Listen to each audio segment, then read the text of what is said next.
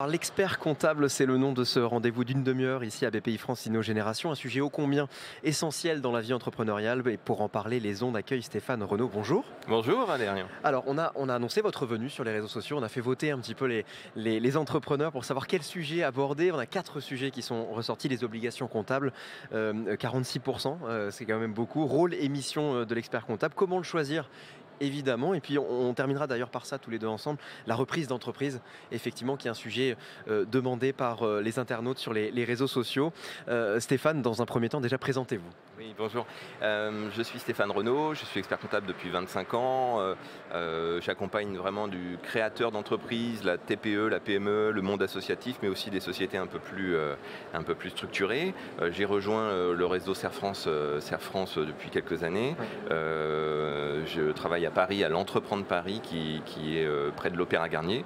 C'est un bureau qui en fait offre une opportunité pour nos porteurs de projets. C'est un espace de coworking pour qu'ils se réunissent, qu'ils travaillent au calme chez nous. Et on anime des clubs d'affaires et puis on les met en relation. Donc ça, c'est un peu la particularité de notre entreprendre à Paris. Vous parlez de Serre France? Oui, Serre France. Alors Serre France, c'est vraiment un acteur majeur du conseil et de l'accompagnement en expertise comptable. On existe depuis près de 60 ans, il y a 12 500 collaborateurs, on accompagne avec succès 320 000 clients, on dispose d'un maillage territorial conséquent, 700 agences, donc on est très proche de nos clients, on leur offre des services d'accompagnement et des missions de suivi et de conseil pour qu'ils puissent à la fois créer leur structure, se développer et après transmettre leur structure une fois que l'âge de la retraite est arrivé. Alors Stéphane, pour débuter, peut-être déjà commencer par nous expliquer ce qu'est un expert comptable finalement. Alors, dans la vision du public, un expert comptable, oui, c'est un métier sérieux, c'est quelqu'un de diplômé, c'est quelqu'un qui est inscrit au tableau de l'ordre, c'est quelqu'un qui prête serment, c'est quelqu'un qui a une responsabilité, qui est responsable de ses travaux, qui à ce titre est assuré sur le plan de la responsabilité civile professionnelle, ce qui offre des garanties de sérieux, de qualité pour les clients. Et c'est surtout des hommes et des femmes dans le réseau Serre France à la disposition de leurs clients en fait, où l'humain est super important, la technique est primordiale, mais l'humain, la relation humaine, et pour les créateurs, c'est un bon gage d'accompagnement lors du démarrage d'activité. Comme quand on en avait parlé, vous m'avez dit, c'est comme un peu un médecin de famille. Enfin, Oui, voilà, qui aide à la mise au monde, à la naissance du bébé entreprise et qui va faciliter, accompagner pour que cette entreprise grossissent, grandissent et atteignent un âge de maturité. Stéphane, est-ce que seuls les experts comptables finalement peuvent établir des comptabilités? Oui, on a depuis 1945, donc c'est ancien, une sorte de prérogative exclusive de tenue de comptabilité. Ça protège le client, ça protège. On a une mission un peu de service public parce qu'on est garant des bases déclaratives en termes d'impôts. Donc c'est pour ça qu'il n'y a que les experts comptables qui peuvent établir des comptes, tenir des comptes. Il y a aussi des centres de gestion agréés et des associations agréées de gestion. Mais c'est vrai que une entreprise n'est pas obligée de faire appel à un expert comptable, mais si une entreprise fait appel à un prestataire extérieur, c'est obligatoirement un expert comptable. Vous êtes combien finalement les experts comptables? Il y a 21 000 sur toute la France, 21 000 experts comptables, ça représente 130 000 collaborateurs et c'est un métier, et dans le réseau Serre France on forme aussi les jeunes, il y a près de 6 000 experts comptables stagiaires qui se forment et qui vont avoir le titre d'expert comptable pour accompagner leurs clients et nous sommes de vrais acteurs du monde économique. Du consultant solo qui se crée, de la petite entreprise jusqu'à l'entreprise plus structurée, mais aussi on est présent dans le monde associatif, dans le secteur public et auprès des particuliers. Vous parlez d'accompagnement il y a un instant, justement, c'est quoi le rôle de l'expert comptable, ses missions? Alors, on pense qu'il n'y a que la tenue de comptabilité et les obligations fiscales. Eh ben, nous sommes d'abord des experts comptables, mais des experts conseils. Parce qu'en fait, on fait le conseil au dirigeant, on va l'aider dans son organisation, on va l'aider dans sa gestion, lui faire des tableaux de bord, on va l'aider d'un point de vue juridique sur par exemple la mission d'approbation des comptes, on va l'aider sur de l'accompagnement administratif pour l'aider à son quotidien. On va le conseiller sur son système d'information. On va évidemment l'aider dans le choix sur ses ressources humaines. Certains experts comptables ont une dimension vraiment innovation. Certains ont une dimension, une spécialité vers l'international. Donc le conseil du dirigeant, il va être patrimonial, il va être sur sa couverture sociale, il va être sur sa retraite, il va être sur sa prévoyance. Et évidemment, on tient les comptes. Mais c'est une partie, c'est notre cœur de métier, mais vous avez compris, il y a beaucoup de conseils et d'accompagnement. C'est l'humain. C'est l'humain et la comptabilité, c'est une obligation déclarative, mais sans le conseil, sans l'accompagnement, l'entrepreneur est mal conseillé et donc peut faire des erreurs. Oui, puis vous avez des retours d'expérience. Enfin, je veux dire. Alors nous, justement, on se sert des expériences, des réussites de nos clients et on optimise, on met en relation, justement dans le réseau Serre France, on met en relation tous nos clients pour qu'il y ait une dynamique entrepreneuriale et un échange de bonnes pratiques pour gagner du temps, et faire du business entre eux. Ouais. Il y a quelques instants, vous disiez qu'il y avait des spécialisations aussi, parfois en innovation. Oui. Il y a des métiers. Ouais. L'expert comptable est un généraliste, comme le médecin de famille généraliste. Ouais. Et puis, dans le cadre de son parcours professionnel, de sa formation, on obtient un domaine de compétences, une appétence. Il y a des experts comptables start-up, innovation. D'autres sont sur les professions libérales. En région, on peut être plus vers l'agriculture. Certains sont plus s'adressent plus à des jeunes pousses, à des gens qui se créent, des porteurs de projets, et d'autres sont plus sur des sociétés plus structurées. Donc en fait, un porteur de projet va toujours trouver un expert comptable qualifié, compétent dans son domaine. Il suffit de lui demander, est-ce que vous connaissez le monde artisanal? Oui, non. Vous connaissez l'innovation? Et donc l'expert comptable va vous dire oui, s'il sait le faire. S'il sait le faire. C'est un métier assez ancien, expert comptable, mais il y a des clients avec des nouveaux métiers, des nouveaux domaines de compétences. On en parlait de l'innovation, du digital.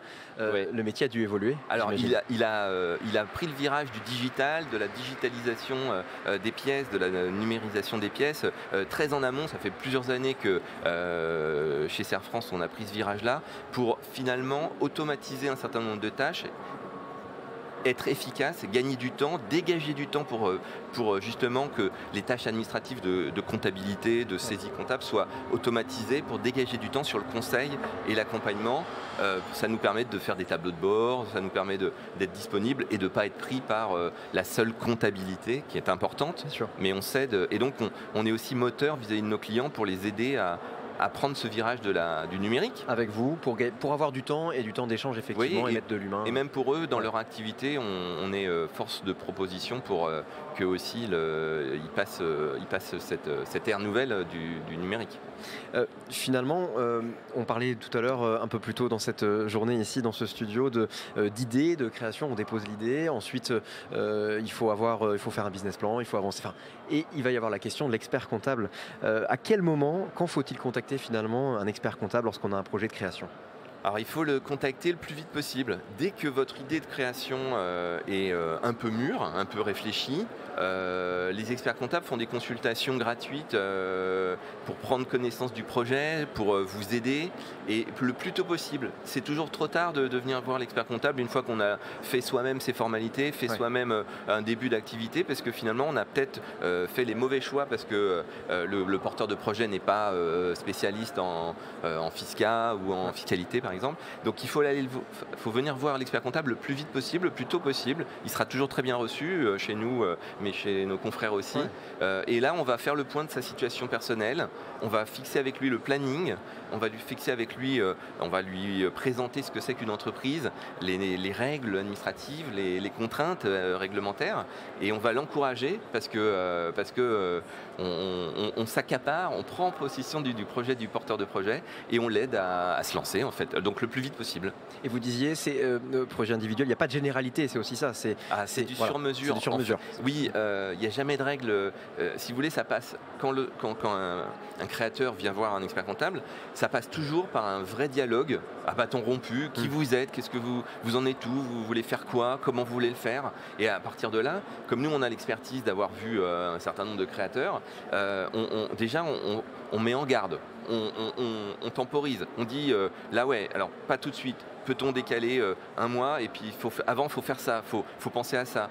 Et donc on est force de proposition dans le cadre d'une conversation comme ça, premier entretien, et après on rentre en relation, il y a une lettre de mission qui est signée, c'est un contrat, et on démarre l'accompagnement du porteur de projet jusqu'à sa création. Et comment on le choisit, l'expert comptable? On l'a un petit peu abordé tout à l'heure, effectivement en fonction du domaine de spécialisation, mais ce n'est pas le seul critère, j'imagine. Alors, il y a des experts comptables jeunes, d'autres plus expérimentés, il y a des femmes, il y a des hommes, il y a des grands cabinets, il y a des cabinets de taille réduite, il y a vraiment le choix. Et en fait, c'est vraiment une question de feeling, de relations humaines. Donc il faut que le premier entretien se passe bien, il faut sentir que l'expert comptable s'intéresse à votre projet, il faut bien définir avec lui l'offre de service qu'il propose, l'offre standard de comptabilité, mais l'offre aussi de conseil, de gestion, d'accompagnement, les services en plus, comme notre espace de coworking ou notre club d'affaires. Ouais. Il faut vérifier qu'il connaît votre secteur d'activité,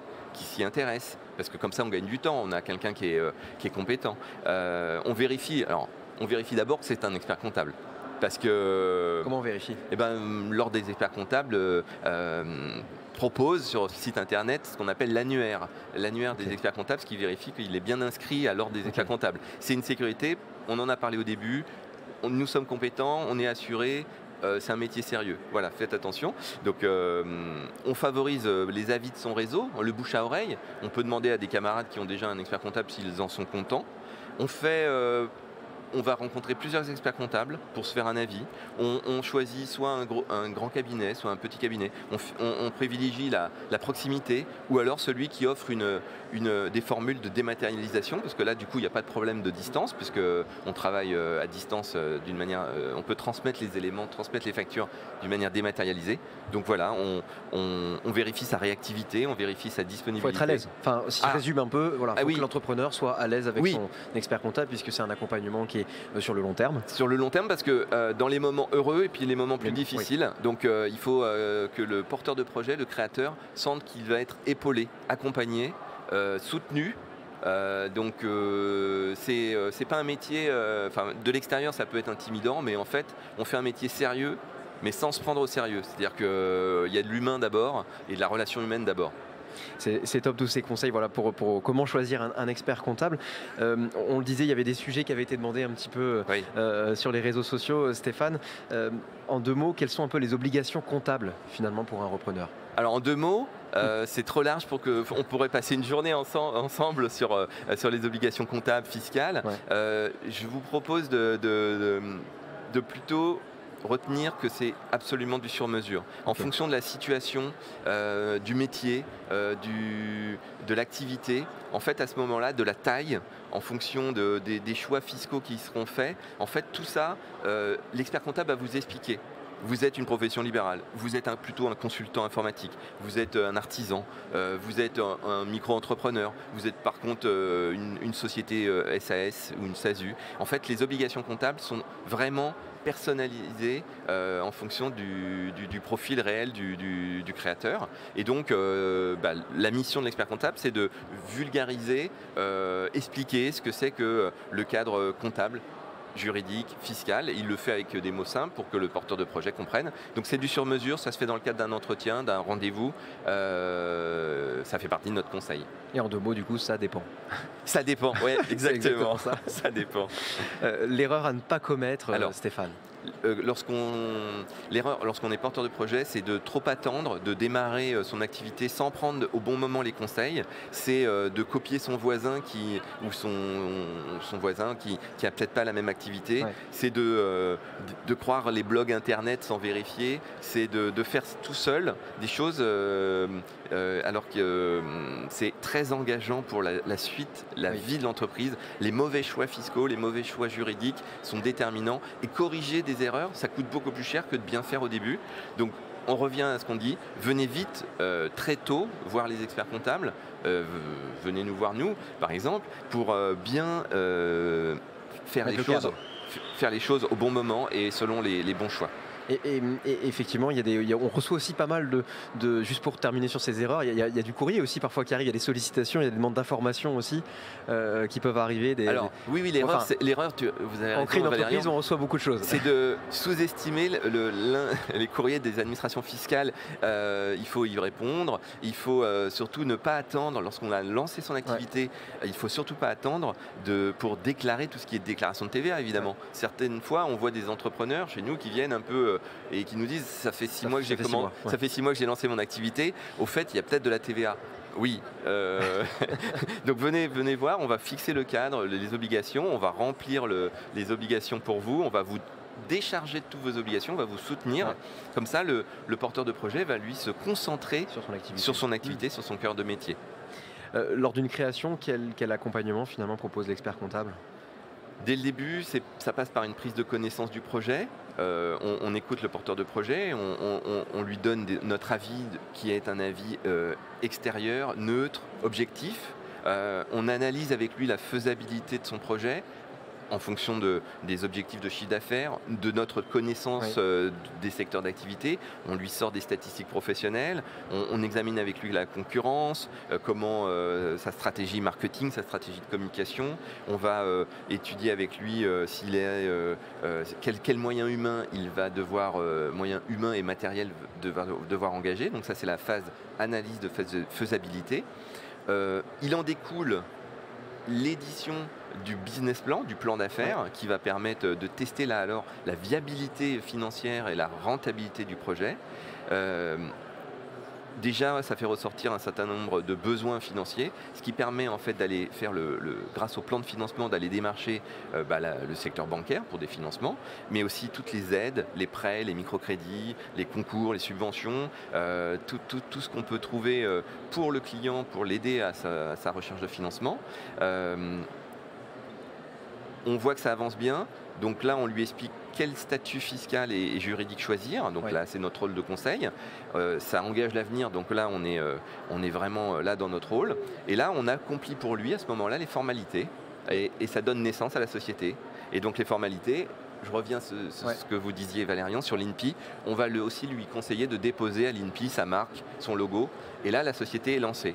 À ce moment-là, on continue de l'accompagner pour organiser avec lui son administration, l'organisation administrative et comptable. On va l'aider dans ses obligations sociales et fiscales. On va mettre en place des tableaux de bord, des outils de gestion, un budget par exemple.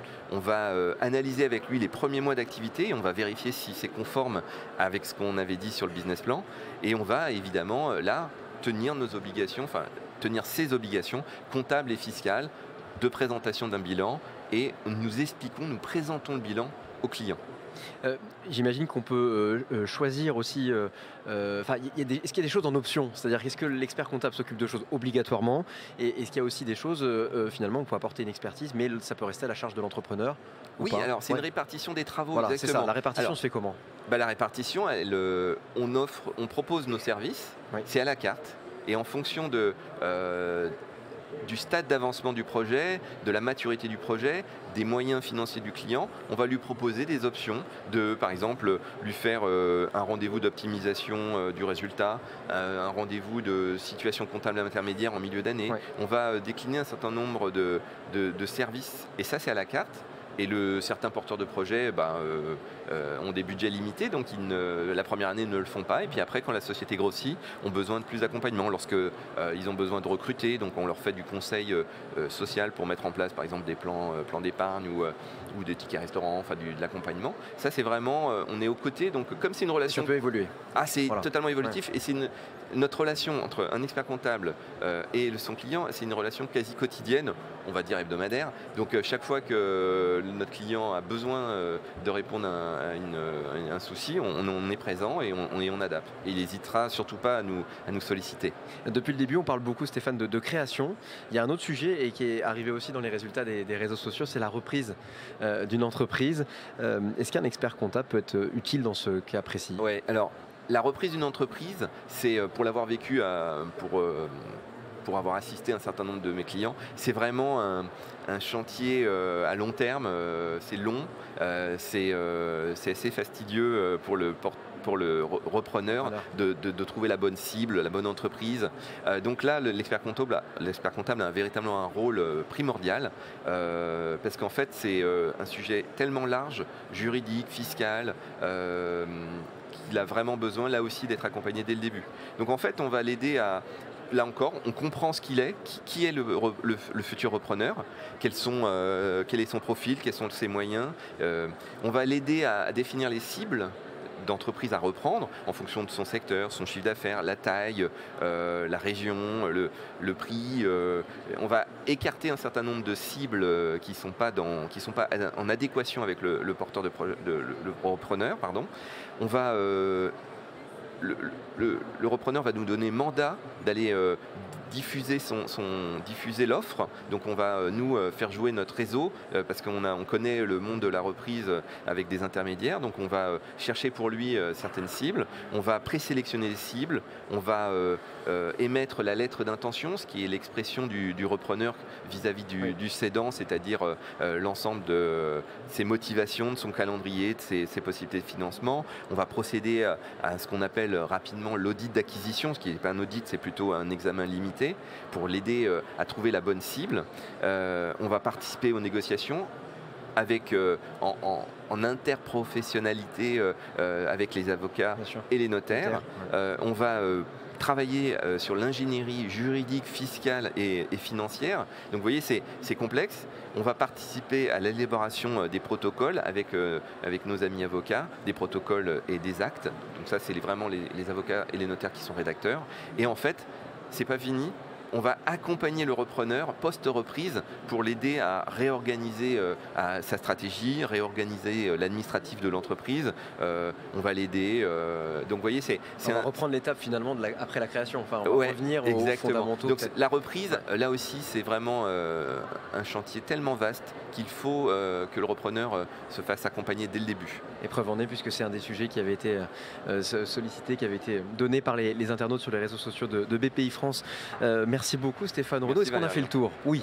Alors oui, il faut venir nous voir. Voilà, maintenant il faut venir vous voir. Et puis on va discuter de vos projets avec plaisir. Voilà, expert comptable du réseau Serre France. Merci pour cet éclairage très précis sur le rôle et les missions de l'expert comptable. On se retrouve tout à l'heure ici sur les ondes à BPI France InnoGénération. À tout de suite.